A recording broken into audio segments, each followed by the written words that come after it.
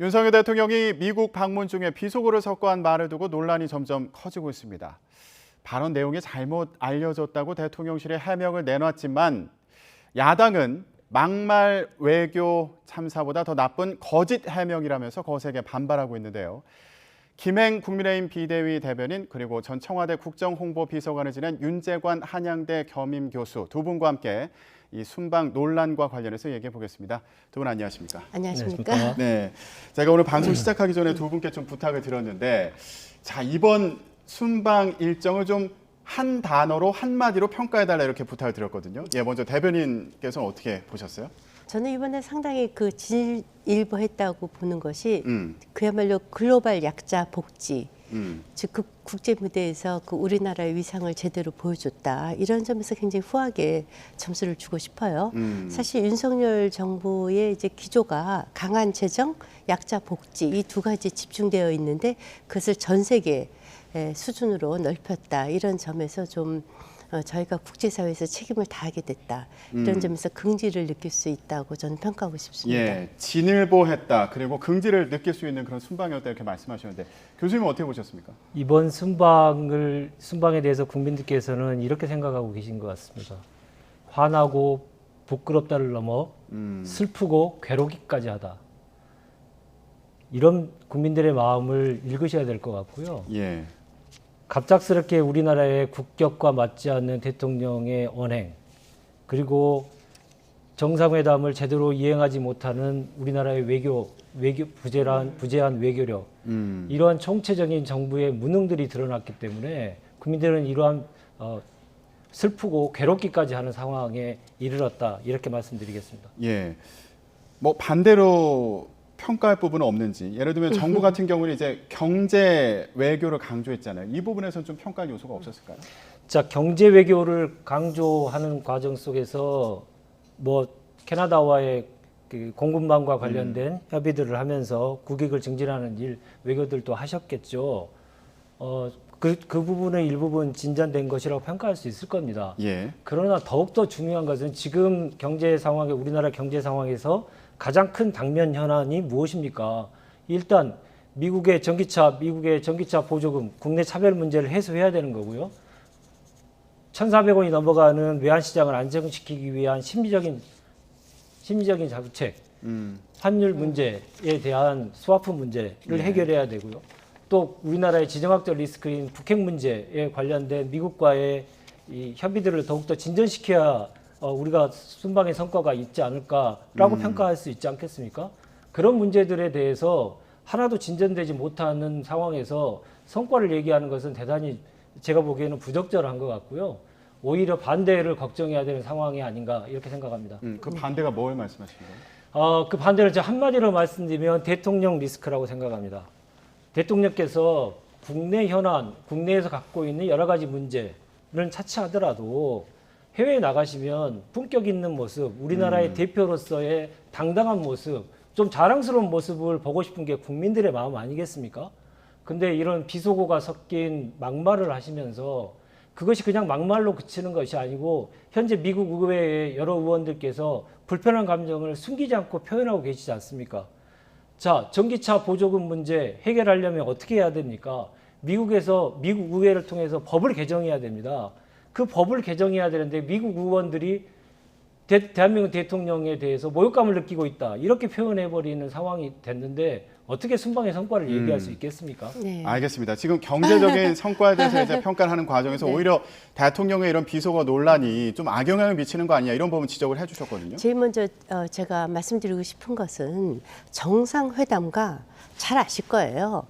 이 야당의 정말 말도 안 되는 이 떼쓰기인데 정상회담과 다자 외교 무대는 다릅니다.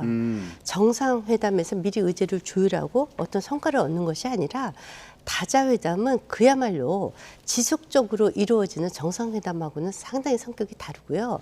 저희가 하반기에도 에이펙이라든가 아셈이라든가 G20 이런 다자 정상회담들이 예정되어 있거든요. 그래서 어떠한 그 외교 성과가 다자가 만나서 스케줄도 그때그때 굉장히 변화가 많아요. 그런 상황에서 뭐를 딱 따라 이렇게 얘기하는 것은 제가 교수님께서 청와대 이전에 근무해 보셨기 때문에 누구보다 더 잘 아실 분이 저런 말씀을 하신다는 것에 대해서 제가 참 그 당황스럽고요. 그리고 또 이제 대통령의 비서고 그것도 이렇게 말씀드리고 싶어요. 물론 없었으면 더 좋았죠. 이게 이제 미국식으로 얘기하면 슬립텅이라고 해서 설화거든요. 일종의 사적 설화인데 그것은 이제 미국의 바이든 대통령도 그러신 적이 많았고요. 트럼프도 있었고 이것을 이렇게까지 침소봉대해서 국제사회에 이슈까지 만들어내는 것이 대체 그 우리 국익에 무슨 도움이 되나 이런 생각이 정말 듭니다. 예, 그러면 회담에 대한 평가와 이 비속어 논란을 좀 나눠서 얘기를 해볼게요. 네네. 그럼 지금 대변인 말씀을 들어보면 한미 정상회담 같은 경우는 이게 정상회담이 아니라 네. 48초 동안 조우를 했다. 대화를 나눴다. 네. 이제 이런 평가인데 네네. 말씀 들어보면 이게 다자 외교 무대다 보니까 이럴 수도 있는 거다. 이런 말씀이신 거죠? 다자 외교 무대는 저희도 이제 대통령 그 전에 제가 청와대에 있을 때 대통령 모시고 이제 에이펙이라든가 이런 데 가지 않습니까? 계속해서 바뀌고 우리만의 문제가 아니라 저쪽의 스케줄도 계속 바뀌어요. 그래서 이제 이번엔 특히 이런 특별한 사정이 있었습니다. 영국 국장이 있는 바람에 그 바이든 대통령이 워싱턴에 하루 더 체류하시고 사실 뉴욕의 일정이 하루가 줄었습니다. 그러면은 당연히 그거와 관련해서 모든 일정이 바뀔 수뿐이 없는 거예요.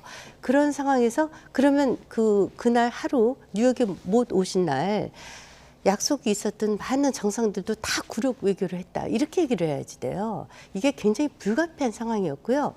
정말 제가 야당에 계신 김의겸 대변인, 고민정 의원님 다 홍보수석실에 계셨던 분들이에요. 다자 외교라는 것이 얼마나 스케줄이 가변적이고 그것이 이렇게 정말 조우로 끝날 수도 있고 있었던 것이 없어지기도 하고 없었던 것이 생기기도 합니다. 문제는 이것이 그날 딱 하루에 끝나는 것이 아니라 제가 아까 말씀드렸듯이 계속해서 다자 정상 회담들이 있거든요. 그 점에 대해서 좀 솔직하게 예. 얘기를 해주시면 좋겠어요. 그러니까 유엔 총회 이 현장 네. 자체가 다자 외교가 이루어지는 곳이다 보니까 일정이 굉장히 가변적이다. 이런 네. 특수성을 좀 인정해야 된다는 말씀이시죠? 아니 제가 역으로 말씀드리고 싶네요.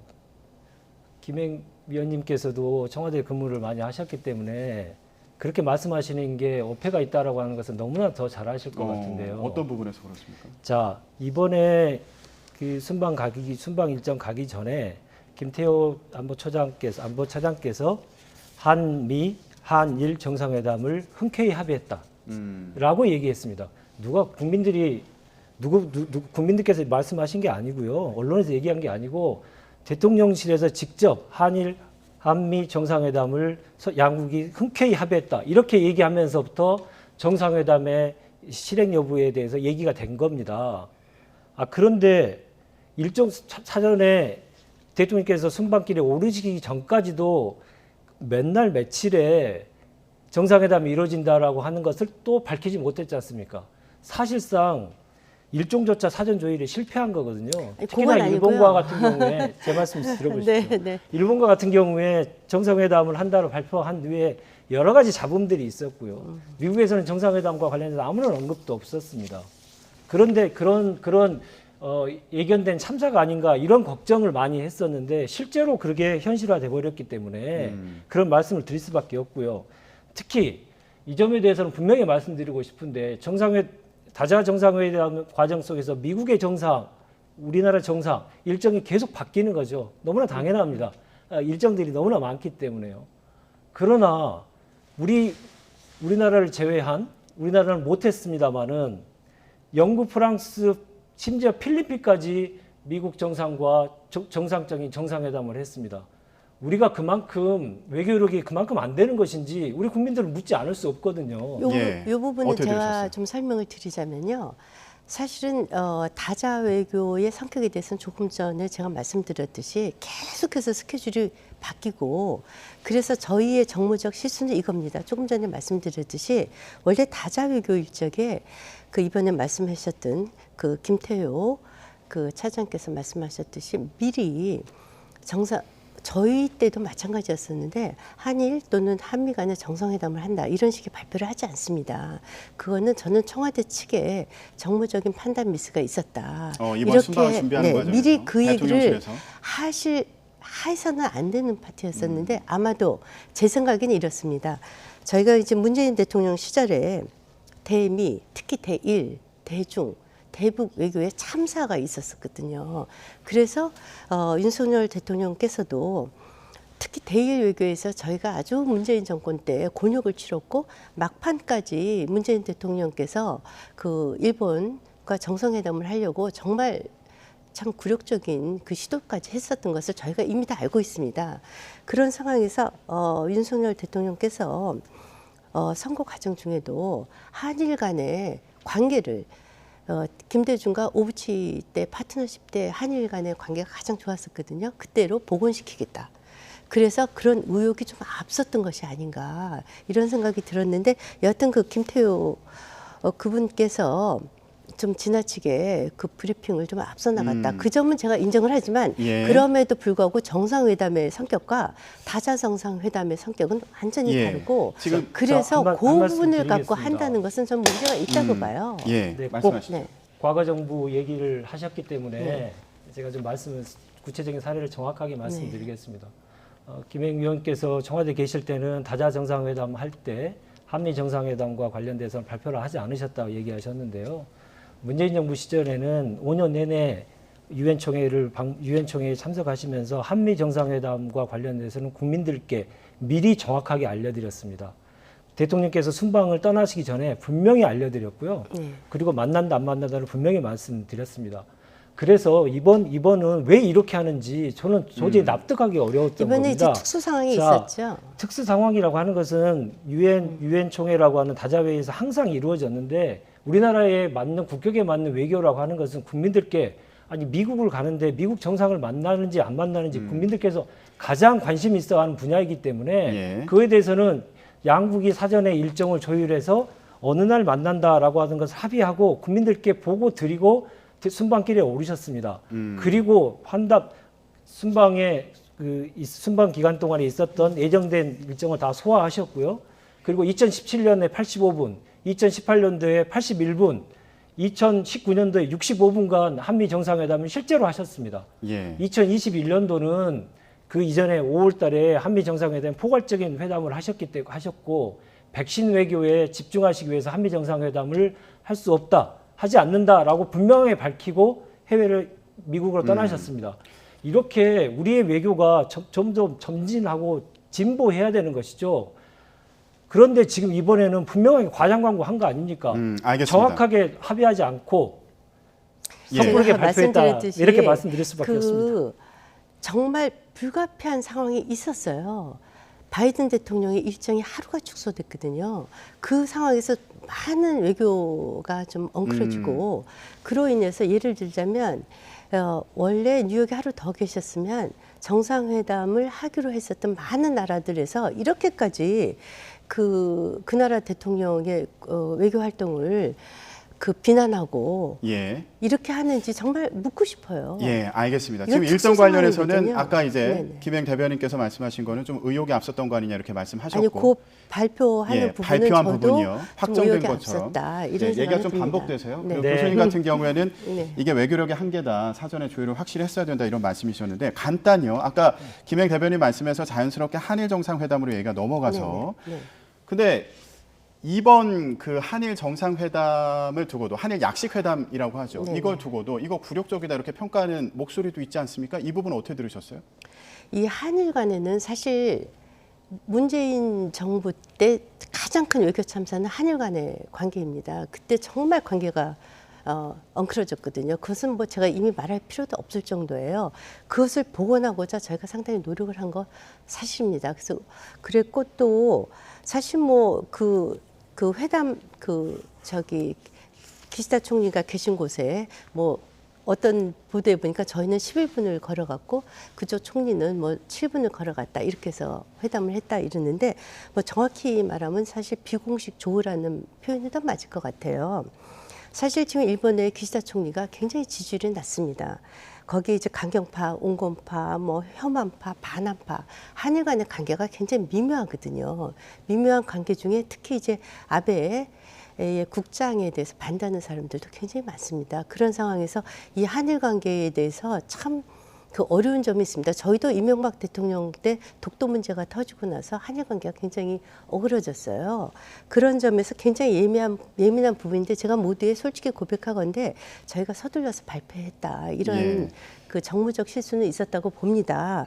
그럼에도 불구하고 그 기시다 총리가 지지율이 정말 바닥인 상황에서 제가 남의 나라 정상에 대해서 이렇게 말씀드리긴 굉장히 어렵지만 그럼에도 불구하고 외교적으로 좀 그 저희 대통령과 정상회담을 하기에는 좀 무리가 있었을 예. 것으로 보여지고 일본 내부 사정이 지금 네. 또 하나는 양국 정상이 그래서 만나는데 영향 미친 거 저희가 아니냐. 그래서 예. 월요일 날 저희가 이제 아베 그 국장의 그 한덕수 총리와 이제 정진석 비대위원장께서 2박 3일 일정을 가십니다. 한일 간의 관계는 너무나 흐트러졌기 때문에 이것을 정상화시키는 것은 계속해서 이루어지는 것이지 이번에 단발적으로 몇 분을 만났다 안 만났다 이것이 뭐 약식회담이냐 간담회냐 이런 식의 논의는 사실 저는 별로 큰 의미가 없고 저는 오히려 외교관들이 말씀하시듯이 비공식 조우 정도로 이제 첫 물꼬를 다시 텄다 예. 이런 식으로 좀 평가해 주시면 예. 장기적인 좋겠습니다. 평가 필요하다 이런 말씀이셨어요.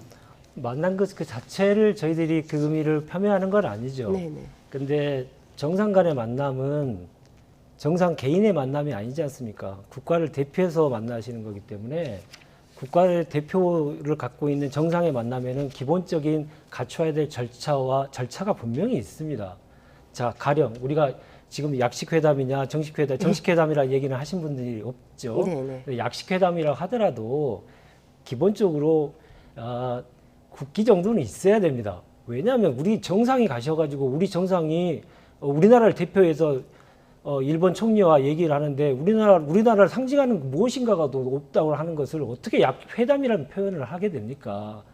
우리가 회담이라고 하는 것은 사전 조율을 해서 일정을 사전 조율해 가지고 공동으로 발표를 하고 그다음에 의제도 조율하고 그다음에 양국 국민들께 양국 정상이 한마디씩 하는 모두 발언을 하시고요. 그 결과 회담의 결과를 가지고 국민들께 설명드리는 기자회견이든 공동 언론 발표든 이런 것들을 하는 걸 풀세트를 우리 정상회담이라고 하는 그건 거죠. 정상회담이고요. 그렇죠. 네. 근데 이번에는 분명히 정상회담을 하신다고 발표를 하시고 가셨는데 그래서 제가 그거 쪽은 그래서 저희 그거를 쪽에 회동 정도가 저는 맞지 않을까 싶고요. 네. 예. 그래서 그걸 계속 약식회담이라고 계속 우기는 것은 이게 좀 이런 게 적절하지 있더라고요. 않습니다. 저도 외교관들한테 여쭤봤어요. 이게 도대체 왜 이런 식의 그 혼선이 있었냐. 근데 이제 대개 이제 외교적 용어로 우리는 이제 간담회라는 표현을 안 쓰고 약식회담이라는 정식 회담이 아닐 적에는 약식회담이라는 표현을 쓴대요. 또 일본은 약식회담이라는 표현이 없고 그런 경우 이제 간담회라는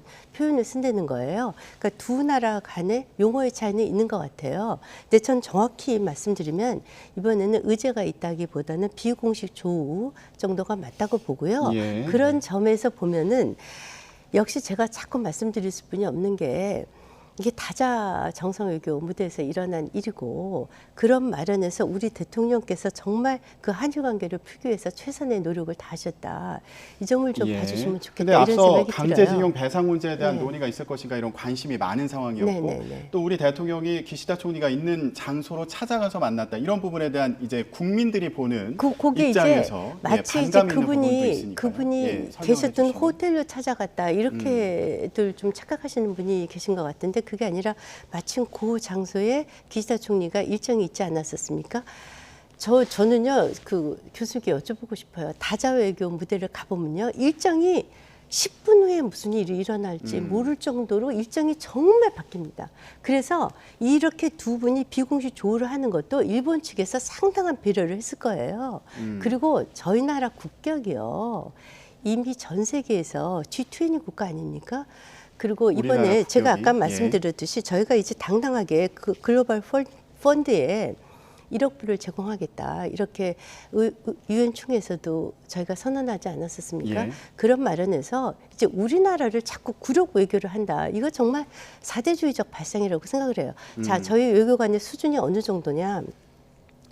저희 나라가 전 세계에서 비자가 가장 강한 나라입니다. 우리나라로 정정하겠습니다. 네, 아니, 죄송합니다. 예. 죄송합니다. 우리나라가, 아니, 정말 죄송합니다.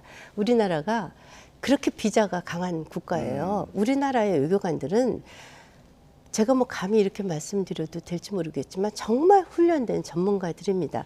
다만 제가 아까도 말씀드렸듯이 처음에 저희가 이제 순방 전에 그 발표를 할 적에 좀 조율이 잘 못됐다. 이 점은 정말 사죄드리고 싶습니다. 예, 알겠습니다. 지금 저희가 양국 정상, 그러니까 한일 정상 간의 만남 과정에서 있었던 논란에 대해서 이제 두 분의 의견을 들어봤는데 지금 얘기를 이제 들어보면 김행 대변인께서는 이게 다자 외교 무대다 보니까 그럼요. 예, 일종의 가변성이 있었다. 근데 대변인 말씀에 대해서 이제 교수님 같은 경우에는 이거 사전에 조율이 잘 돼 있어야 되는 그런 문제였다. 이렇게 이제 지적을 해주셨어요. 그럼 이 문제는 어떻게 봐야 될까요? 대통령 발언이 논란이 된 부분이 있어서요. 대체 무슨 발언이길래 이렇게 논란이 됐던 건지 먼저 들어보고 나서 얘기 나눠보도록 하겠습니다.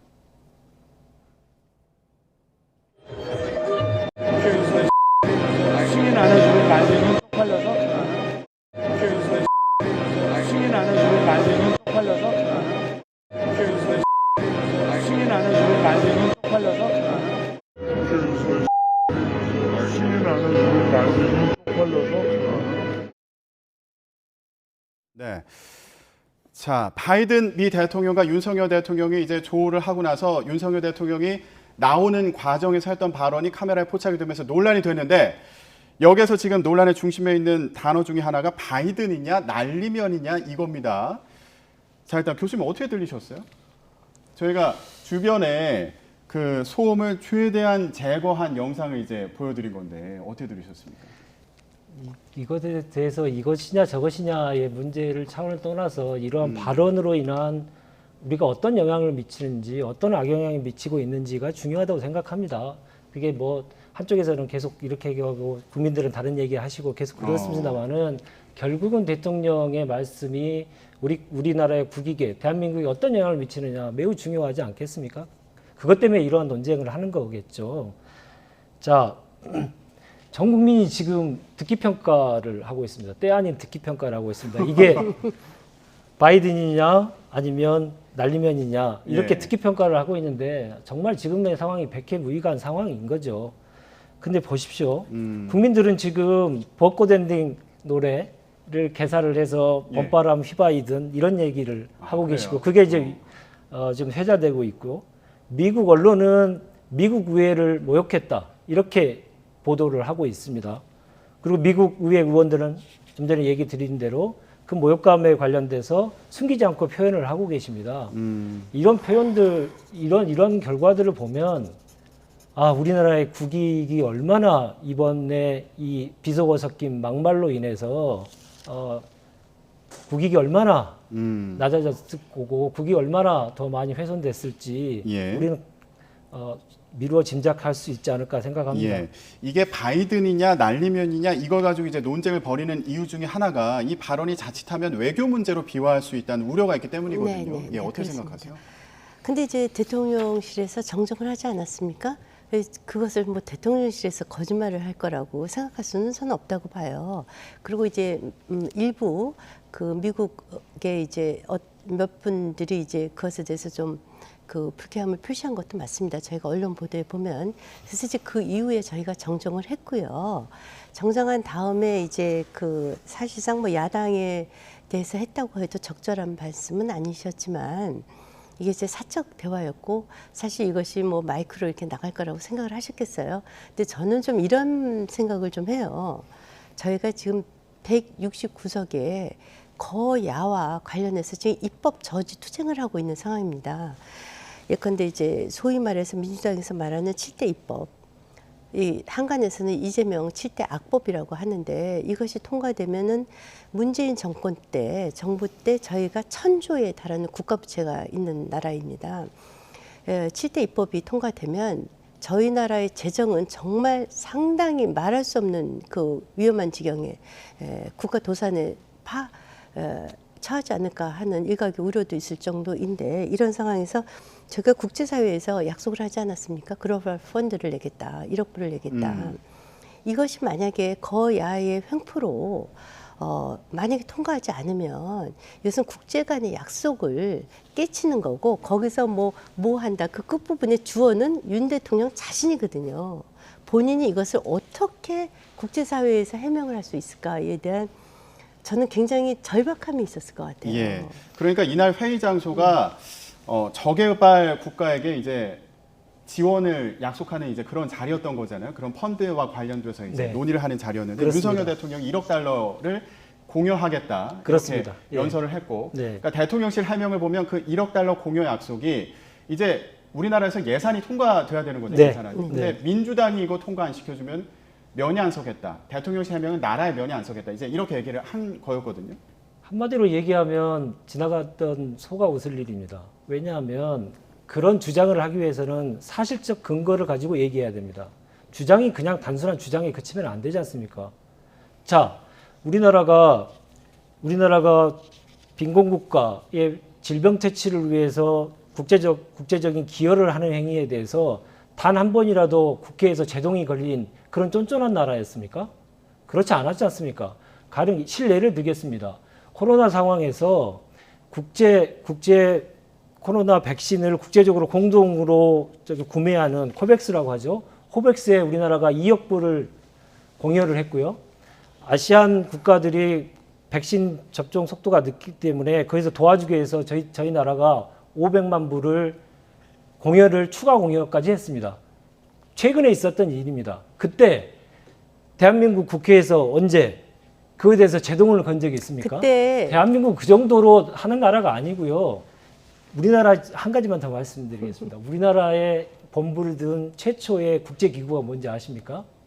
국제 백신 연구소라고 해서 서울대에 있는 겁니다. 그 백신 연구소의 목적이 우리나라가 유치한 목적이 저개발국가의 전염병이라든가 빈곤, 저개발국가의 질병 이런 것들을 도와주기 위한 국제기구를 유치한 나라입니다. 우리나라는 예. 그렇게 스스로 낮춰서 볼 수는 없는 것입니다. 이런 배경을 놓고 볼 때 지금 대통령실의 해명이 이해가 되지 않는다 이런 말씀을. 그건 드립니다. 아니고요. 이제 우리 그 교수님께서 말씀하셨듯이 그때는 문재인 정부 마지막 그때 시기였었는데요. 그때는 여소야대 상황이 아니었어요. 그러니까 대통령을 국회에서 얼마든지 지원할 수 있었죠. 지금 여소야대라는 특수 상황입니다.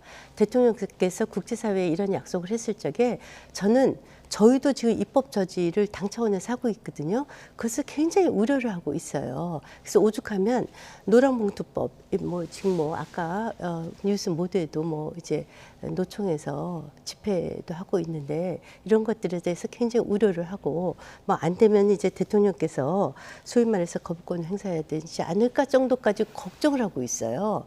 여소야대 상황에서 그 의석수, 우리 소위 말해서 쉬운 말로 의석수 깡패라고까지 할 정도로 어려운 상황에서 지금 대통령이 외교를 하신 상황이거든요.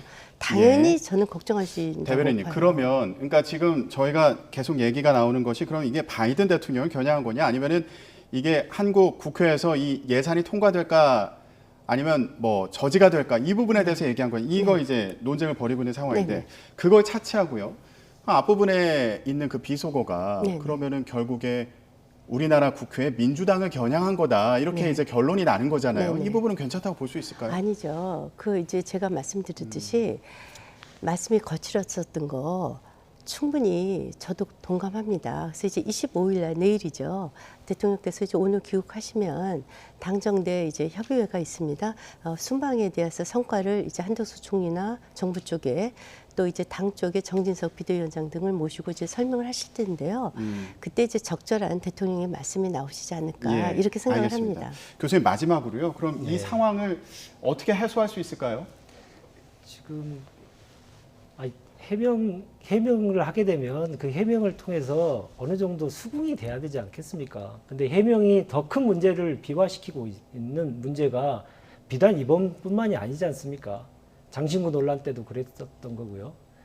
이렇게 국정 운영에 관련된 운영하는 방식이 이렇게 아마추어처럼 운영하면 이런 문제들은 계속적으로 이루어질 수밖에 없는 문제라고 저희들은 볼 수밖에 없고요. 여러 가지 말씀을 드리고 싶습니다만은 대통령께서 사과하시고요. 이번 외교의 문제를 일으킨 장본인에 대해서는 아마 자리를 지키고 지키려고 해도 어려울 겁니다. 그 점에 대해서는 대통령께서 인정하시고 사과하시면 오히려 반나절 만에 끝날 일을 열 몇 시간 만에 해명하면서 오히려 국제적 문제까지 벌어졌지 않습니까? 예. 지금이라도 사과하시고 책임자에 대해서는 정확한 책임을 물으셔야 된다. 이렇게 예, 생각합니다. 알겠습니다. 여기까지 듣겠습니다. 일단 야당에서는 대통령 사과 그리고 외교 라인에 대한 전면 교체 요구를 하고 있는 상황인데 앞으로 어떤 상황이 전개될지 그리고 대통령이 귀국하면 어떤 입장을 밝힐지 이것도 좀 지켜봐야겠습니다. 네. 예, 전국 얘기 여기까지 듣도록 하겠습니다. 김행 국민의힘 비대위 대변인 또 윤재관 한양대 겸임 교수 두 분과 얘기 나눴습니다. 말씀 고맙습니다. 감사합니다.